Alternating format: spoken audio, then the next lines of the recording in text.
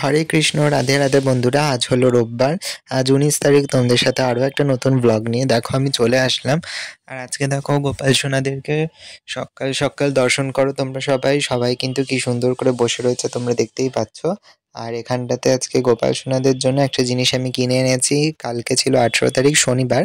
কাল বিকালবেলা আমি একটু গেছিলাম এক জায়গায়, মেলা হচ্ছিল সেখানে। তো এই মেলাটার সংক্রান্তির সময় কিন্তু হয়, এই পৌষ সংক্রান্তির থেকে কিন্তু 15-20 দিন মতন চলে মেলাটা। তো মেলায় গিয়ে আর ব্লগ করতে পারিনি, কারণ প্রচুর ভিড় ছিল, প্রচুর। মানে কিছু জিনিস এমনকি কি কিনবো সেটা নিজেই দেখতে পাচ্ছি না, ব্লগ তো দূরের কথা। তাই আর কি বাড়িতে এসেই দেখাচ্ছি কি কিনলাম। তো মেলা থেকে কিনেছি দেখো একটা বড় স্টিলের থালা।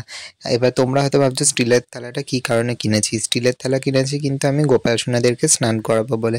এই যে গুল্লো সোনা, তারপর রাধারানী, তারপর আমার আরও ছোট ছোট গোপাল সোনা, এদের স্নান করাবো বলে। এবার তোমরা তো জানোই যে আমি জন্মাষ্টমীর সময়, গেল বছর জন্মাষ্টমীতে আমি স্নান পাত্র কিনেছি পিতলের। কিন্তু যেহেতু স্নান পাত্রটা অনেকটা বড় আর পিতলের, ওই কারণে কি বলতো খুব বেশি ওই স্নান পাত্রটা নড়াচড়ানো করা যায় না।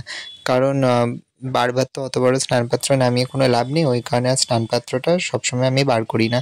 তো ওই কারণেই দেখো ভাবলাম যে এই স্টিলের থালাটাই কিনি। আর অনেক দিন ধরেই আমার ইচ্ছা ছিল একটা স্টিলের থালার কেনার, এরকম বড় দেখে। কারণ ছোট থালা আমার আছে, অনেকগুলো স্টিলের থালা আছে, কিন্তু সেগুলোতে আর কি গুল্লু বসলেও মানে হয় না ওর, কারণ যেহেতু ও অনেকটা বড়, তো 1 ফুট মতন হাইট গুল্লুর। আর আমার যে নতুন রাধারানী এসছে তারও কিন্তু ওরকমই হাইট, তো ওই কারণে তাই আর কি আমি ভাবলাম এই স্টিলের থালাটা কিনি। আর থালাটা হচ্ছে যেহেতু কমেই পেয়েছি, ওই কারণে আমি তাই নিয়ে নিলাম। তো এবার দেখতেই পাচ্ছ এখানে কিন্তু গুল্লু সোনা আজকে সকাল সকাল স্নান করবে বলে পুরো রেডি সেডি হয়ে বসে পড়েছে। কত যে সুন্দর লাগছে ওকে আজকে দেখতে, সেটা আর কি তোমরা ভিডিওর মাধ্যমে দেখেই নিশ্চয়ই বুঝতে পারছো। আর ওকে না এই শীতকালে আমি কোনো ঠাকুরকে এই শীতকালে আমি স্নান করাচ্ছিলাম না। তার কারণ একটাই, যেহেতু অনেকটা শীত পড়েছিল এবছর, তো ওই কারণে আমি রোজই সবাইকে আর কি ভেজা গামছা দিয়ে মুছিয়ে দিচ্ছিলাম। তো আজ ভাবলাম যে না, থালাটাও কিনেছি, একেবারে থালাটাও নতুন থালা, তার মধ্যে স্নান করানোও হয়ে যাবে।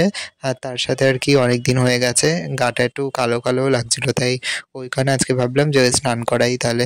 আর আজকে কিন্তু গুল্লু আর রাধারানী মাত্র এই দুজনকেই স্নান করাচ্ছি। এর পরের দিনকে আমি মেজ গোপাল সোনা আর আমার ছোট লাডলি আর তারপর দুটো যে ছোট ছোট গোপাল আছে তাদেরকে স্নান করাবো, কারণ একদিনে সবাইকে স্নান করাতে গেলে অনেকটা টাইমের ব্যাপার। দেখো গুল্লু সোনা তো সেই মাথায় কানে সব জায়গায় দেখো এরকম সেই হলুদ চন্দ্রমল্লিকা ফুলগুলো দিয়ে বসে আছে। আর এই হলুদ চন্দ্রমল্লিকাগুলো কিন্তু আমি এই শীতকালেই গাছ কিনে এনেছিলাম, ফুল গাছ। সেই ফুল গাছ আমাদের টবে পুঁতেছিলাম, তো সেখান থেকেই হয়েছিল। তো সেখান থেকেই আর কি ফুলগুলো আমি কেটে তাই এইভাবে সুন্দর করে সাজিয়েছি। একটু সুন্দর করে সাজিয়ে গুছিয়ে স্নান করাতে দেখবে খুবই ভালো লাগে। আর এখানটা দেখো চারিপাশ দিয়ে পুরো গোলাপ ফুলের পাপড়িগুলো দিয়ে দিয়েছি। তোমাদের তো আগের ব্লগেই দেখেছিলাম যে গোলাপ ফুলের পাপড়িগুলো কিন্তু আমি বাঁচিয়ে রেখেছিলাম, কারণ গোপাল সোনাদেরকে স্নান করাবো বলে। আর এখানটা তোমরা দেখো আমি এখন রজনীগন্ধার যে সেন্টটা ছিল সেটা কিন্তু দিয়ে এখন স্প্রে করে দিচ্ছি গায়ে।